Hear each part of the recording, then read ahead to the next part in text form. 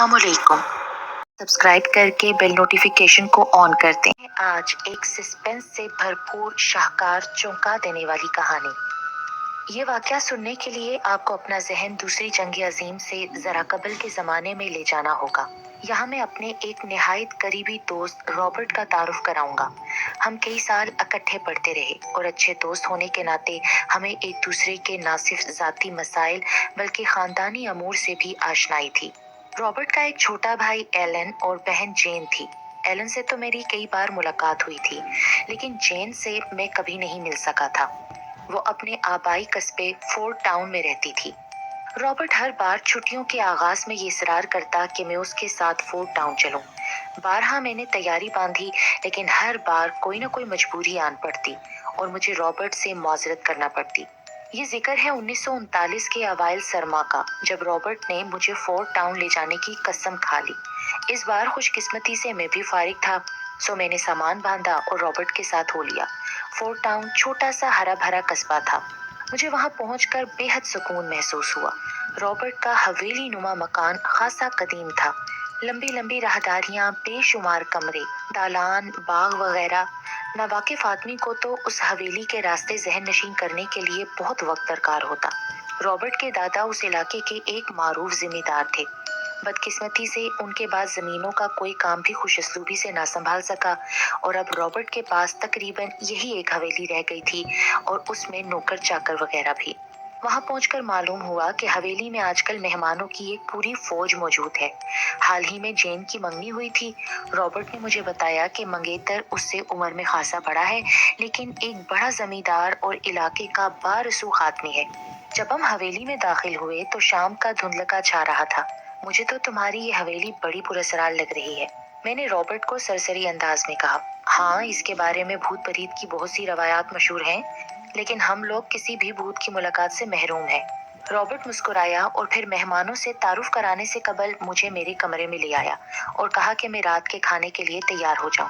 मैंने उससे दरख्वास्त की कि अच्छा होगा अगर वही मुझे कुछ देर के बाद खाने के कमरे तक ले जाए, क्योंकि हवेली की भूल भुलैयों में कमरा तलाश करना मेरे लिए तो दुश्वार था। रॉबर्ट के जाते ही मैंने जल्दी से अपना सूटकेस खोला और अपने कपड़े तब्दील करने लगा। जब मैं आईने के सामने खड़ा टाई बांध रहा था तो मेरी निगाह गैर इरादी तौर पर आईने में नजर आने वाली पीछे दीवार पर पड़ी। उसमें एक दरवाजा था जिसका अक्स मैं आईने में देख रहा था। जो ही मैंने टाई बांधी, सरसरी तौर पर मेरी निगाह फिर आईने में दरवाजे के अक्स पर पड़ी। मुझे महसूस हुआ वो आहिस्ता आहिस्ता खुल रहा है। ये ऐन फितरी बात थी कि मुझे मुड़कर बराह रास्त दरवाजे को देखना चाहिए था, मगर नामालूम क्यों मैं साकित खड़ा आईने में उसका अक्स देखता रहा। आहिस्ता आहिस्ता दरवाजा पूरी तरह खुल गया, जिसमें से एक कुशादा सा कमरा नजर आ रहा था और फिर जो मंजर मुझे दिखाई दिया उसने मेरे रोंगटे खड़े कर दिए। कमरे में बिछी मसहरी पर एक लड़की पड़ी थी और एक मर्द उसका गला घोट रहा था। ये मंजर निहायत वाज़ेह था और गलतफहमी या वहम का शाइबा भी इम्कान से बाहर था। मैं लड़की का चेहरा वाज़ेह तौर पर देख सकता था। उसके सुनहरे बाल शानों पर बिखरे हुए थे और उसके खूबसूरत चेहरे पर दहशत के आसार नुमाया थे। अलबत्ता आदमी की कमर चूंकि मेरी तरफ थी, इसलिए मैं उसका चेहरा वाज़ेह तौर पर नहीं देख सकता था, लेकिन उसके बाएं गाल पर जख्म का एक निशान बड़ा वाज़ेह था जो चेहरे को चीरता हुआ उसके कान तक आ गया था। ये सब सूरत हाल जो मैंने आपको बयान की है, ये मैंने सिर्फ एक लम्हे में ही देखी। जैसे ही मेरी ये सख्ते की कैफियत खत्म हुई, मैं फौरन मुड़ता कि बराह रास्त दहशतनाक मंजर देख सकूं, लेकिन मेरे पीछे तो महज एक दीवार थी और एक कद आदम कपड़ों की अलमारी उससे लगी खड़ी थी। ना तो कोई दरवाजा था और ना ही कत्ल का कोई मंजर। मैं दोबारा आईने की तरफ मुड़ा, लेकिन अब तो वही कपड़ों की अलमारी मुझे नजर आ रही थी। ओ खुदाया, मैंने तो अपना सर पकड़ लिया। मैं फिर उसी कैफियत में आगे बढ़ा और अलमारी धकेलने को था कि रॉबर्ट कमरे में दाखिल हुआ। मुझे अलमारी से जोर आजमाई करता देखकर उसके चेहरे पर हैरत के आसार नमूदार हुए, लेकिन उसके कुछ कहने से पहले ही मैंने सवाल कर दिया, क्या इस अलमारी के पीछे कोई दरवाजा है? हाँ है तो। वो इस कमरे से मुल्हिक दूसरे सोने के कमरे में खुलता है। मगर क्यों? क्या इस कमरे में आजकल कोई रहता है?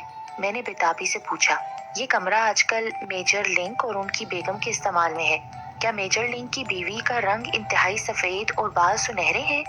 नहीं तो, उनके बाल तो बिल्कुल सयाह हैं और रंग भी कदरे मध्यम है। रॉबर्ट ने इंतहाई उकताहट के आलम में जवाब दिया और मैंने मायूसी के साथ अपनी ये तफ्तीश बंद कर दी। रॉबर्ट ने मेरी इस बात का मकसद पूछा तो मैं बात को गोल कर गया। दरअसल अब मैं खुद बेयकीनी का शिकार हो गया था कि ये मंजर कहीं महज मेरे तखय्युल की पैदावार तो नहीं था। शायद मैं इस वाक़ये को अपना वहम समझकर फरामोश कर डालता, लेकिन जब तारुफ के दौरान रॉबर्ट ने मेरे शानों पर हाथ रखकर कहा कि तुम जेन से मिलने के मुश्ताक थे ना, ये है मेरी बहन जेन। उसे देखते ही मैं तो हैरान हो गया। बिल्कुल वही लड़की जिसे कुछ देर पहले मैंने आईने में हलाक होते देखा था। सुनहरे बाल, दूधिया रंग, बहुत ही खूबसूरत लड़की। और फिर रॉबर्ट दूसरी तरफ मुड़ा, और ये है मिस्टर चार्ल्स, जेन के मंगेतर। यूं ही मेरी नजर मिस्टर चार्ल्स पर पड़ी, मेरा कलेजा गोया उछल कर हलक में आ गया और मसामों से पसीना फूट पड़ा। लंबा कद, बाएं गाल पर जख्म का निशान, जो कि ये सब कुछ क्या था? वही लड़की, हूबहू वही लड़की, और वही बाएं गाल पर जख्म के निशान वाला आदमी जो निहायत बेरहमी से उस लड़की का गला घोट रहा था। और अब ये दोनों एक माह के अंदर शादी में मुंसलिक होने वाले थे। क्या मुझ पर कबल अज वक्त एक इंकशाफ नहीं हुआ था? एक नाकाबिले फहम सूरत हाल। क्या वाकई शादी के बाद जेन और चार्ल्स इस कमरे में ठहरेंगे और फिर ये मंजर वाकई हकीकत का रूप धार लेगा? ये सोचकर तो मेरे जिस्म में एक सर्द लहर दौड़ गई। लेकिन मैं कर भी क्या सकता था?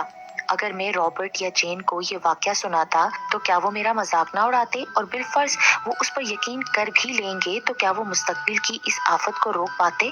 और अगर ये बात मैं किसी को भी ना बताऊं और फिर वाकई चार्ल्स ये वेश्याना कदम कर गुजरे, तो क्या मेरा ज़मीर सारी जिंदगी मुझे मुलामत नहीं करता रहेगा? गर्ज मैं जितने दिन वहां रहा पुरसकून जिंदगी के लुत्फ से बेनियाज उसी उधेड़पन में उलझा रहा, और आखिर वापसी से एक रोज पहले मैंने ये सब कुछ इंतहाई संजीदगी से हर्फ ब हर्फ जेन को सुना डाला। जेन ने इंतहाई तहम्मुल से ये सब कुछ सुना। उसके चेहरे पर ना तो मजाक के आसार नमूदार हुए और ना उसने मेरी कहानी पर ईमान लाने का इकरार किया, लेकिन उसकी आंखों में एक निहायत गैर मामूली तासुर था जो मैं समझने से कासिर रहा। चलते चलते जब मैंने उसको दोबारा दोहराया कि मैं हरगिज झूठ नहीं बोल रहा और मैंने वाकई ये मंजर देखा था, तो जेन ने बहुत संजीदगी से कहा, उसे मुझ पर एतबार है। जो कुछ मैंने उसे बताया है वो वाकई मैंने देखा होगा। फोर्ट टाउन से वापसी के बाद मैं इसी शशोपंज में था, क्या मेरा जेन को ये सब कुछ बताना अच्छा था भी कि नहीं। और फिर मुझे इत्तला मिली कि जेन ने चार्ल्स से मंगनी तोड़ दी है। फिर थोड़े ही अरसे बाद जंग अजीम छिड़ गई, और फिर सवाई जंग के कोई और चीज तो गुफ्तगू का कभी मौजू ही ना रही। कई बार मुहाज से रुखसत के दौरान मेरी मतभेड़ जेन से हो जाती, लेकिन कभी मैंने उस मौजू को दोबारा ना छेड़ा, मगर हकीकत बताना अच्छा था भी कि नहीं। और फिर मुझे इत्तला मिली कि जेन ने चार्ल्स से मंगनी तोड़ दी है। फिर थोड़े ही अरसे बाद जंग अजीम छिड़ गई, और फिर सवाई जंग के कोई और चीज तो गुफ्तगू का कभी मौजू ही ना रही। कई बार मुहाज से रुखसत के दौरान मेरी मतभेड़ जेन से हो जाती, लेकिन कभी मैंने उस मौजू को दोबारा ना छेड़ा, मगर हकीकत ये थी कि मैं पहली ही नज़र में उसकी मोहब्बत में गिरफ्तार हो गया था और उसके सहर से निकल नहीं पाया था। लेकिन मोहब्बत का इजहार करने में वो वाकया मेरी राह में रुकावट रहा। यकीनन मेरे वो वाकया सुनाने की बिना पर जेन ने चार्ल्स से मंगनी तोड़ दी थी, और अगर मैं अब उसके सामने शादी की तजवीज़ पेश कर दूं तो कहीं वो इस वाक़े और मंजर को एक चाल और मन घड़त अफसाना ना समझे। ये एहसास इस कदर शदीद था कि मैंने हर बार उससे ये बात करने से गुरेज की। फिर एक दिन मुहाज पर ये जासूस इत्तला मिली कि रॉबर्ट दुश्मन के हमले के दौरान मारा गया है। मेरा फर्ज था कि मैं अपने बचपन के दोस्त के आखिरी रसूमात पर शिरकत करूं। मैं ताज़ियत के लिए जेन के पास भी गया। वो भाई के गम में चुपचाप बैठी आंसू बहा रही थी। मैं देर तक उसे दिलासा देता रहा। उस दिन अफसुर्दगी के आलम में वो मुझे इस कदर पुरकशिश लगी कि कई बार मेरे दिल ने चाहा मैं अपना मुद्दा उससे कह डालूं, मगर हर बार वही खदशा आड़े आया। मैं इस दुआ के साथ महाज पर लौट आया कि खुदा अगर मुझे जैन का कुर्ब ना दे तो मौत दे दे, कि मुझे इस बेकरारी से तो निजात मिले। लेकिन शायद दुश्मन की किसी गोली पर मेरा नाम ना था, बल्कि कई बार तो मैं हैरत अंगेज तौर पर मौत के मुंह से बाल बाल बचा। कभी बारूदी खंदक सिर्फ 10 गज दूर फटी तो कभी गोलियां चंद इंच के फासले से गुजर गईं। हता कि एक बार तो एक गोली मेरे दाएं कान और गाल को छूती और चीरती हुई गुजर गई। जंग ऐसी छिड़ी के रुकने का नाम ही नहीं लेती थी। उन दिनों ऐसा लगता था कि शायद तमाम जिंदगी इस जंग अजीम की नजर हो जाएगी।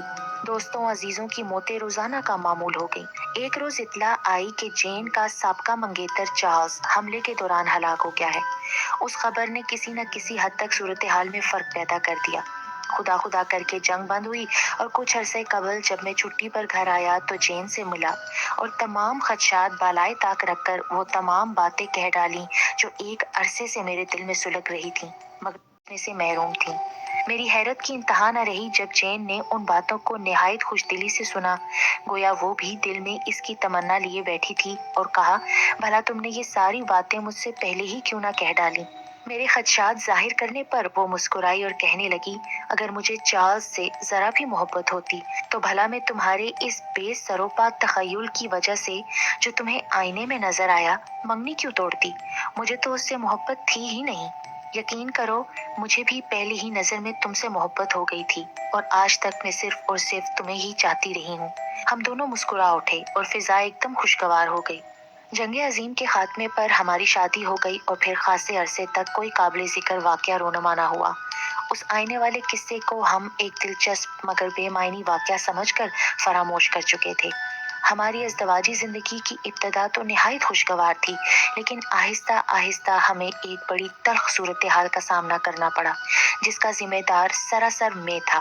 مجھے جین سے بے انتہا محبت تھی، لیکن اپنی ایک عادت جو مجھے خود شادی کے بعد معلوم ہوئی وہ شک اور حسد کی عادت تھی۔ جین اگر کسی شخص کی طرف مسکرا کر دیکھ لیتی تو میں کئی دن کڑتا رہتا۔ وہ کسی مرد سے 2 لمحے بھی بات کر لیتی تو میری راتوں کی نیند حرام ہو جاتی۔ شروع میں جین اسے میری چاہت سمجھ کر خاموش رہی، لیکن جوں جوں وقت گزرتا گیا میری یہ عادت اس کے لیے ناقابل برداشت ہوتی گئی۔ روز روز کے جھگڑے زندگی میں زہر گھولتے چلے گئے اور یہ شکوک و شبہات جو یک طرفہ تھے ہمیں ایک دوسرے سے دور کرتے چلے گئے۔ رفتہ رفتہ مجھے یہ محسوس ہونے لگا کہ اب جین کے دل میں میرے لیے کوئی جگہ نہیں رہی۔ محبت کا جو دریا چند ماہ قبل اس کے دل میں تھا اب اتر چکا تھا اور اس محبت کا قاتل یقیناً میں تھا۔ پھر ڈیرک ٹامز ہماری زندگی میں آیا۔ اس شخص میں وہ سب کچھ تھا جو مجھ میں نہیں تھا۔ خوشنما، نہایت ذہین، خوش گفتار۔ اس سے ملتے ہی یکایک میرے ذہن میں خیال آیا کہ جین کے لیے یہ شخص مجھ سے بہتر ہے۔ جین نے ہر طرح سے اس کے خلاف احتجاج کیا، لیکن میرے ذہن میں یہ خیال پختہ ہوتا چلا گیا۔ میرے دل میں حسد کا جو لاوا کھولتا جا رہا تھا، ایک دن اس کی تپش جین کی برداشت سے باہر ہو گئی اور اس نے مجھ سے اپنے ناکردہ گناہوں کے عذاب سے علیحدگی کا فیصلہ کر لیا۔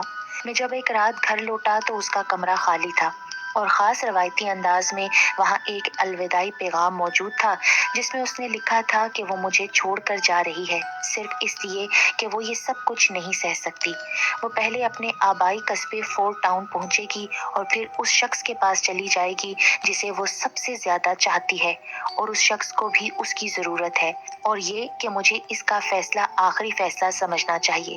شاید میرا جذبہ حسد ڈیرک ٹامز کے بارے میں بہت زیادہ تھا۔ اس سے پہلے کہ جین ڈیرک ٹام سے مل سکے مجھے کچھ کرنا تھا۔ میں اپنی کار میں جس قدر جلد فورٹ ٹاؤن پہنچ سکتا تھا پہنچ گیا۔ میں انتہائی غصے کے عالم میں حویلی میں داخل ہوا۔ سونے کا کمرہ روشن تھا اور وہاں جین کھانے کا لباس تبدیل کر کے بال سنوار رہی تھی۔ مجھے دیکھ کر اس کے چہرے پر حیرانی اور کسی قدر خوف کے آثار پیدا ہوئے اور وہ گھبرا کر اٹھ کھڑی ہوئی۔ میرے سوا کوئی بھی تمہارے قریب نہیں آ سکتا، کوئی بھی نہیں۔ میں نے اپنے کھردرے ہاتھ جین کے گلے پر جما دیے۔ میری آنکھوں میں خون اتر آیا۔ میں اس کا گلا گھونٹنے لگا اور پھر یکایک میری نگاہ سامنے پڑے آئینے پر پڑی۔